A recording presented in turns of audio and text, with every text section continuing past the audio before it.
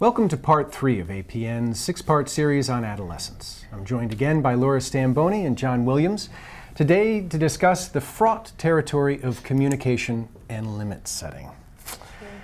Let's leap right into it, shall we? I'll start with a Mark Twain quote, which I thought was sort of apt. When I was 10, I thought my parents knew everything. When I became 20, I was convinced they knew nothing. Then at 30, I realized I was right when I was 10. So, standard adolescent refrain. And the children essentially, at that point, are considering us fools, even if they're not putting it into that language, although frequently, for our clarity, they do. Why? And how best for we parents to respond? One of the biggest things is that parents have to realize that the teens are going to see them as having flaws, that they make mistakes, and it's a big change from what it was like when the kids were younger, when they pretty much went along with the program. And that's sometimes, for some parents, it's not so hard, and for other parents, it's an incredible challenge because they tend not to want to see themselves as having those kinds of flaws. And a lot of parents even feel if they show that side, even if they believe it in themselves, if they show that side to the child, that they're going to lose somehow power, or they're going to lose some kind of influence over them because they have this fantasy that they have to be more perfect, which is just not the right way to look at it, because the kids are going to see through that. And it's also a way to help the kids be able to manage all the pressures and the concerns that they have of moving into. If they saw the whole world as being perfect, they probably would really have trouble moving into it. Right, which we spoke to in the last segment as well. And seeing the flaws in their parents helps them to accept the flaws in themselves. You know, if the parent is focused so much on, perfect expectations, then the child adolescent is going to be extremely stressed. With trying to meet that. To meet what they see in their parents. Certainly, many times it's been spoken that the job of parenting is eternally unfair, and I think at least for two reasons. One, we have to let our children go when they seem to be at their most vulnerable and make their way in the world. And two, we have to love them even when they're not particularly lovable, I suppose, in some sense. Advice for viewers? Well, it's the riding, as we've mentioned in the previous segment, it is the riding the wave, riding the storm, actually, is more like it. It may seem that it's ironic that that's the case, but when they are at their most vulnerable, for instance, most vulnerable, they go off to college, and it's so hard to let go because you don't know if they're prepared, you don't know if they're ready, but it's the only way. It's the only way that they're going to learn on their own, because if you just keep them, under your wing, then they're not going to be able to fly. I mean, literally. And so, and yes, love them when they're unlovable. It can be very hard to have soft feelings for your adolescent when they are berating you or yelling at you. But coming back to remembering that this is a task of their adolescence to separate from you. Now, that said, if they're being disrespectful, I mean, that's something that does need to be addressed. But the thing that needs to really be focused on in the moment is what is the real concern behind it all, and the other stuff, disrespect, etc., that needs to be addressed, but they may need to be in two separate times. And this really brings up sort of a conversation that we had previously in terms of the coding of adolescence. That very frequently what they say or what they say they want is ultimately not really what they really want. And it's our job to sort of to pierce the veneer there and to go to what it is they're really trying to accomplish with a particular statement.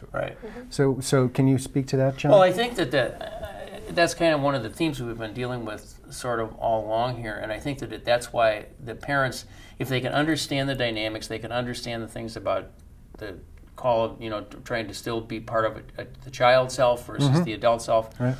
If parents can understand that, then I think it's much easier for them when they get into these situations. And I think the other challenge that that parents have that's a real balancing act is that they have to be able to let go. That's what we're talking about. They have to let go so the child can become more independent, and at the same time they have to be able to hang in there with expectations, rules, regulations. And that's a really tricky balance, but parents have to be able to do that. What are the limits? What are the rules? Are we connected to, as maybe one time our parents felt, this is the rule and this is what you'll do, regardless if the rule or the limit continued to serve the child or the family.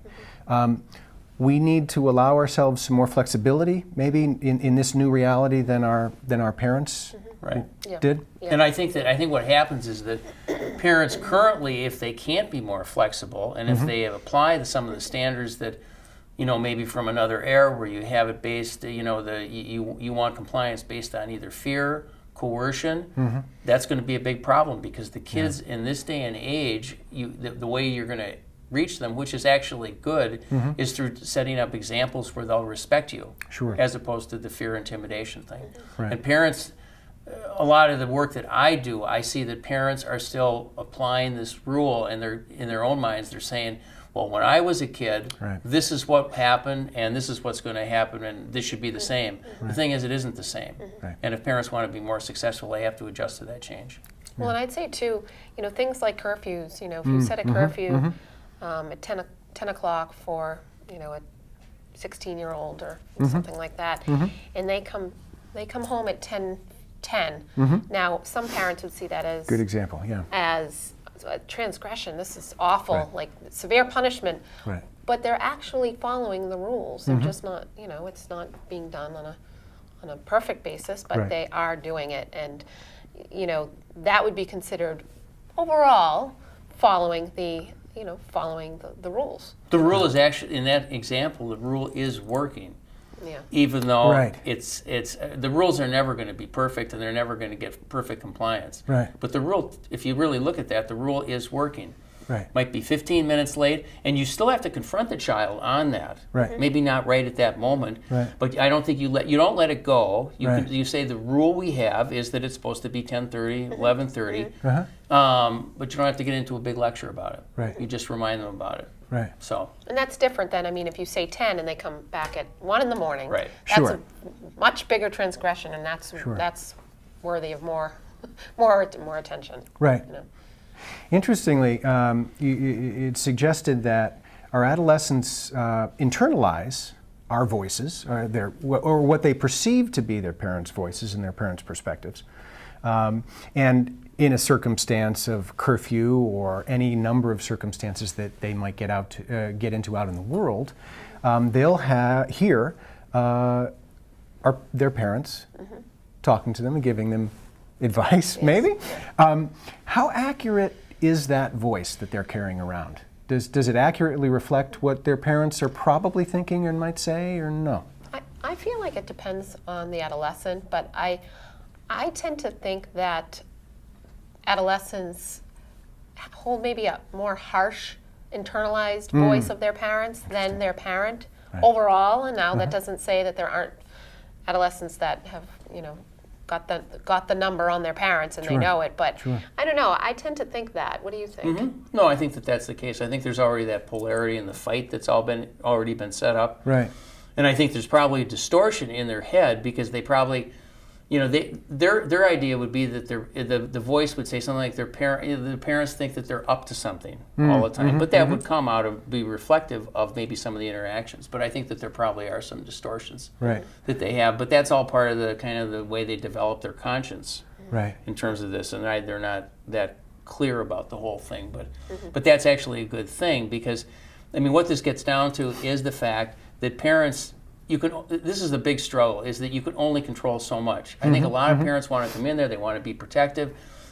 The only way you could do that is, as some people would say, is you have to hire somebody to be with your child 24/7 and watch everything they do, and that isn't going to happen. Well, it's like the helicopter parenting, But that's also another huge thing for parents, is to be able to realize there's only so much you can control. They're going to get into things, and there's things that are going to happen that you're never even going to know about. Yes. Well, it reminds me of a quote that I recently saw that and said... better not to know about sometimes. Sometimes better. And I'm reminded of a quote that says there is no way to be a perfect parent, but there are a million ways to be a good parent. And that really speaks to what you're saying, is that, perfect would be, perfect would be helicopter. I mean, that wouldn't really be perfect, but it would be, All-knowing, just following them omniscient, all the time, and that's just not feasible, and it's not healthy. Right. And even if they did that, you'd be asking for the biggest battle in the world, Right. Yeah. Right. depending upon Privacy. the child's makeup. Sure. Another area that is very challenging in the domain of communication between parents and adolescents is the issue of lying, which you would contend lying goes hand in hand with adolescence. In fact, it serves, like arguing, it serves a purpose in the process of separation and individuation. Right. So help us, please, get a sense of how to frame the idea of lying with our children for ourselves, so that we can maybe gain a little bit of perspective on it as not a major Right. reason for upset. Well, I think that part of it is that as soon as we say something like you just suggested, lying, deceit, we're not trying to glorify that. And the real issue is that I think, again, it's one of those things that parents have to accept. That's going to be a big part of adolescence. They're not going to be telling you everything. Parents always said, the kid never says anything. They keep everything a secret. Yes, that's what's going to happen. That's all part of it. And it's all part of the separation process of becoming more independent. It's actually, they sort of have to do it that way. And parents have to adjust to that. But the thing is that at the same time, I think the parents have to, you don't condone it. And you might, the best thing for probably a parent to do is to kind of lead by example. And just set up situations where don't get into lying yourself. Don't get into distorting things, because kids pick that up. Sure. And you can call kids on it. You can call them on it, and you should. I mean, if they're doing something or you find out that they didn't, tell you the truth, that should be addressed. Sure. But it's not the end of the world, and that's what you go back to when you talk about the perspective. It's a huge problem for parents because a lot of times it's seen as a real violation Right. of themselves. They can't believe that, it's like anytime you get lied to, you can't believe that anybody would ever do this. And if you take that perspective and you get really defensive about it, it really complicates the interaction. So you have to have a lot more flexibility with it. Right. Yes, lying and deceit is not a good thing. It's part of adolescence, but you've got, and you should address it.